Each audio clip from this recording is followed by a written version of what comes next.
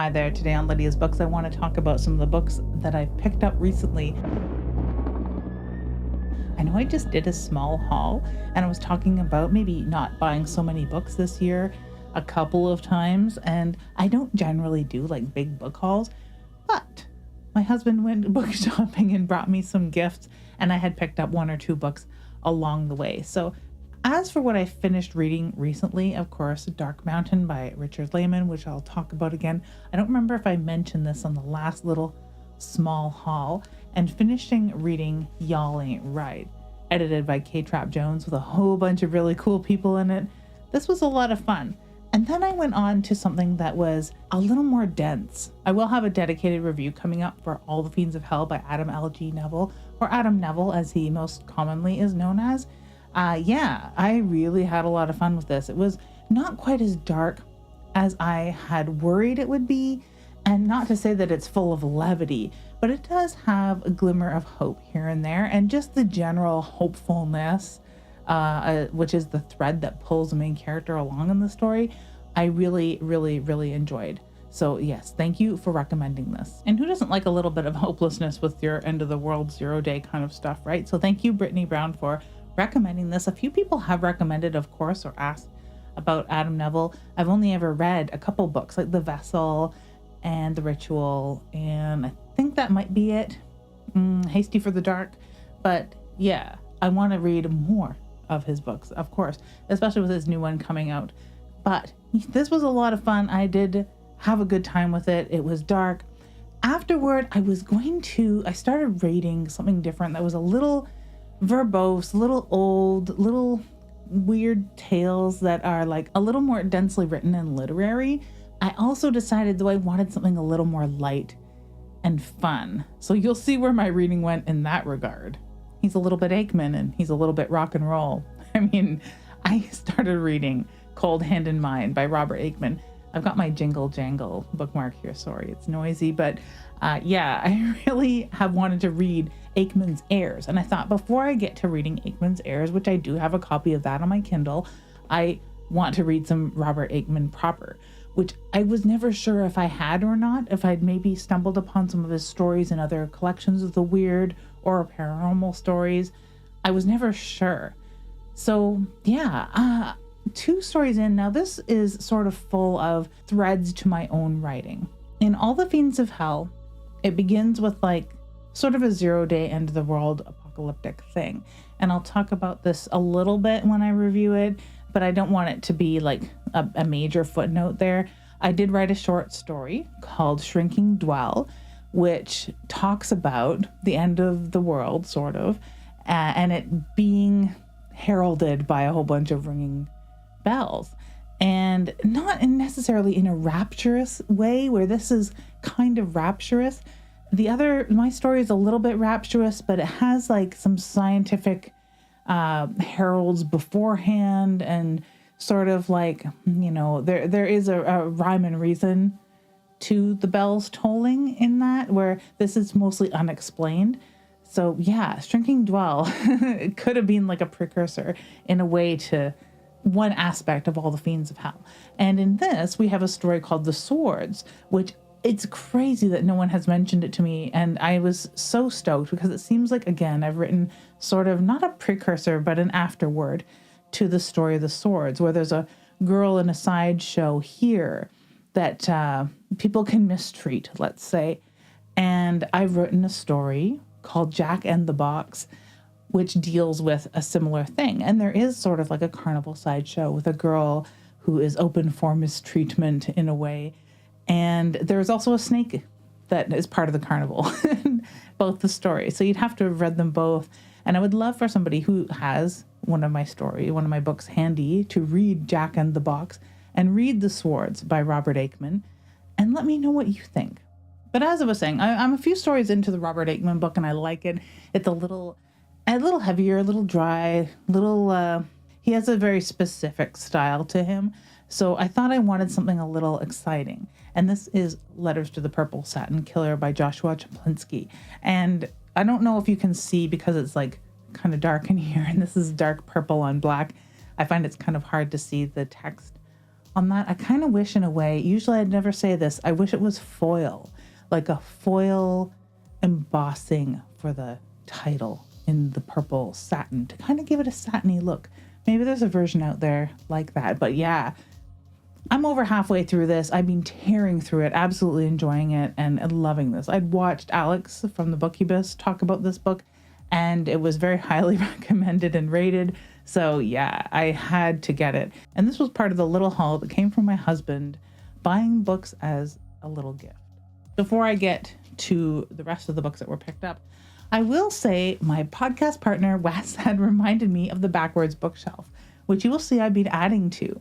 Where Jack Torrance's Backwards Head is where I got to last year. And this is the next year's worth of backwards books I want to read. So I thought I'd pull the next one off the shelf.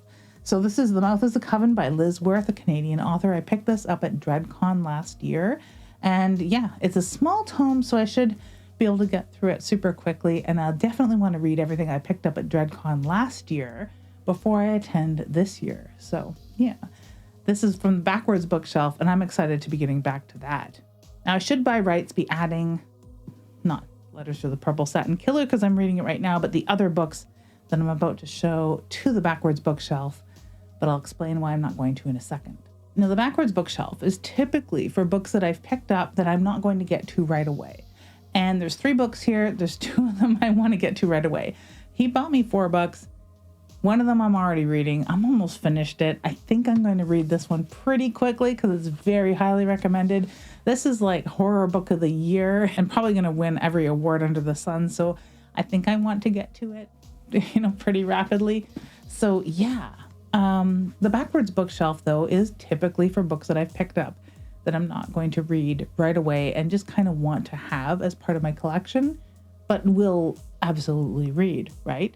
So I've got quite a bit of work ahead of me. Good thing only one of these books is going to be added to that stack. But yeah, Between Two Fires. This is a gorgeous, this black sprayed edge is just beautiful. I've seen it recently showed off on Sadie Hartman, Mother Horror's anticipated books of 2026, all the physical arcs that she has right now. And this is one of them. It's highly recommended for a reason. I feel foolish that I haven't read it already, but I'm glad that I get this reprint version. The end papers are so very me. The cover hasn't really changed much. I'd have to have a side-by-side comparison to see if anything looks much different. Like maybe they've tweaked the font a little bit. Maybe they've added the text to explain the foreword and things like that. Yeah, I think it's pretty similar to what it looked like. It reminds me of a Dark Souls game, like a From Software thing.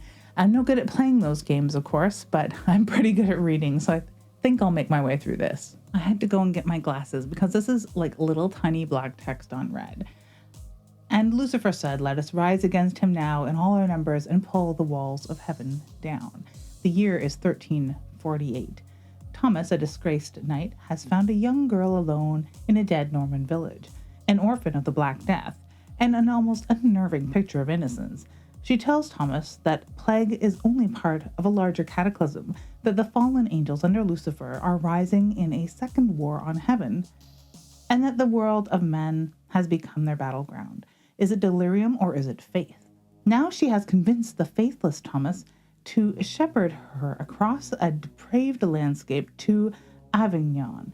Then she tells Thomas that she will fulfill her mission to confront the evil that has devastated the earth and give him, blood-stained and wretched as he is, a chance at redemption that he thought long lost.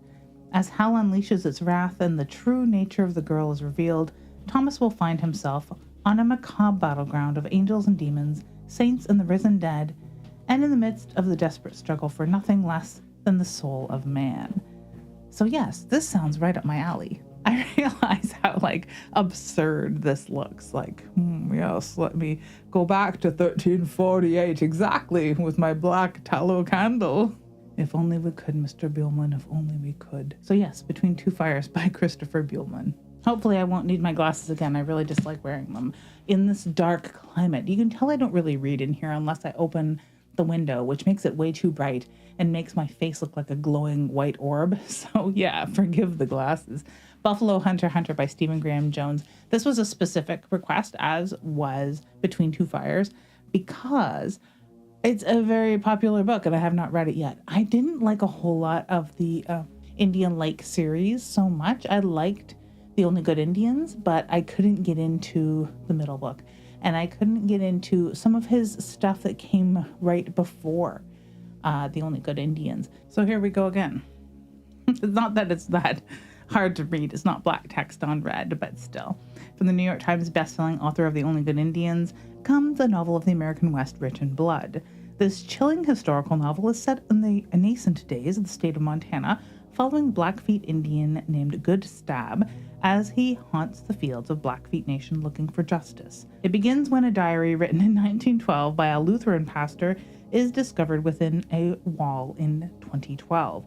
What is unveiled is a slow massacre, a nearly forgotten chain of events that goes back to 217 Blackfeet dead in the snow, told in the transcribed interviews with Good Stab, who shares the narrative of his peculiar and unnaturally long life over a series of confessional visits. This is an American Indian revenge story captured in the vivid voice of the time by one of the great new masters of literary horror, Stephen Graham Jones. I normally don't read that sort of fluff at the end of a description. I don't like doing that, but it just sort of rolled off the tongue. What had me pick it up, aside from it being Stephen Graham Jones and me liking him when he's doing his best in this specific milieu of telling a story from a Blackfeet Indian point of view, is that it's a vampire story. And I'm still wearing my glasses. He had written a short story about a vampire that the title escapes me, and I've talked about it before, and maybe I'll put the text up on the screen, or we'll do a voiceover saying that the title of the short story is Refinery Road by Stephen Graham Jones.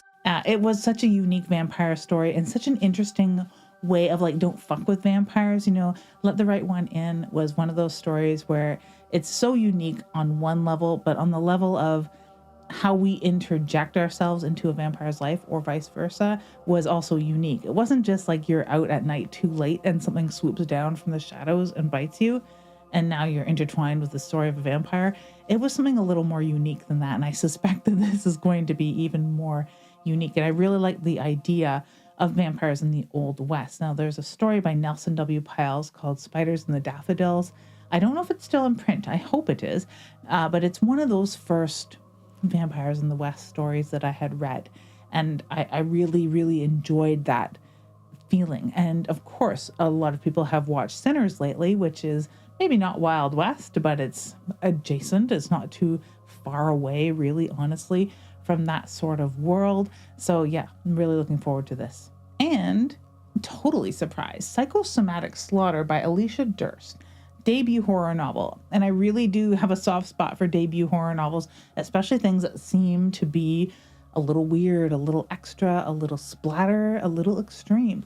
And this seems to check those boxes. The text gets smaller and smaller still. I don't know if I'll be able to read all this. It's so little.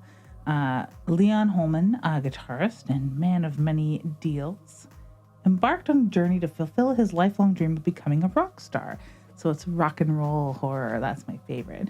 As a child in 1976, he made a blood-soaked pact with a best friend, Jimmy Bellard, to make it big together in a band. Leon's fascination with the macabre took him down a treacherous path in 1983, leading him to summon the devil to help him make his dreams a reality. This deal will change his life forever, as it usually does, and Leon will be caught up in a web of dark deeds with a powerful entity. So I'm very interested in this because it is rock and roll horror, which everybody loves, and I love especially. And this is like a third mention of my own work, which is weird, and it's not a published thing, so it doesn't really count, right? Does it? When I was very young, I had watched the film Trick or Treat, not Trick or Treat, the more popular one with Sam, the little cute guy, but Trick or Treat, the old one with the guitarist. And I went and wrote a little fanfic after, and I was maybe 11. So yeah, I am looking forward to this. I haven't read enough rock and roll horror. I've said this before. Regina made a video about rock and roll horror books. I believe that Alex from the Bookubus has also made a similar video, and I really ought to just compile all of those suggestions and, scour the racks for old ones, like Kill Riff, that I've never read before. Speaking of Regina, I did pick up some Bookworms magazine. This zine is a typical zine where if you don't order it in print, you don't get it. Otherwise, it's not digital so far, and I don't think it ever will be. But I had missed the Halloween episode, and this is the new issue coming out right now, so I thought I'd pick it up. Pretty exciting stuff. I think there's an article by Regina herself, and Will Erickson is in here as well. And I picked up the most recent Fetus album. I don't talk about music very much on the show, but Fetus, or J.G. Thirlwell, this is his most recent album, Halt, and I was very excited to get this. I still want to get a few of his pieces in vinyl because he's just such an amazing composer. You may know him as the composer behind the music for the show The Venture Brothers, but I like him as Fetus. Came with a bunch of really fun stickers, so yeah, I mean, I'm all about supporting artists where you can with things like little physical media when and where you can. Here in Canada, we don't get a lot of cool stuff on the rack, so you definitely have to mail order a lot of stuff. But yeah, like I said, I don't talk about music very much. I don't talk about things outside of books too often. If you think that I ought to, let me know in the comments below if you're ever curious about what sort of music that I listen to in the house. I mean, aside from Jingle Cats at wintertime, or music for reading, which lately it has been Schubert. So that is it. Have you read all of these books? I mean, some of them aren't brand new. Granted, it took me a long time to get Buffalo Hunter Hunter. I'm really late to the game on Letters to the Purple Satin Killer, and everyone and their dog has read Between Two Fires. Have you read all of these already? Or, were they things that maybe you wouldn't recommend? Let me know in the comments below, because I'd love to hear your opinion on those things. I'm going to go back to reading right now. Thank you so much for watching, and have an ooky, spooky day.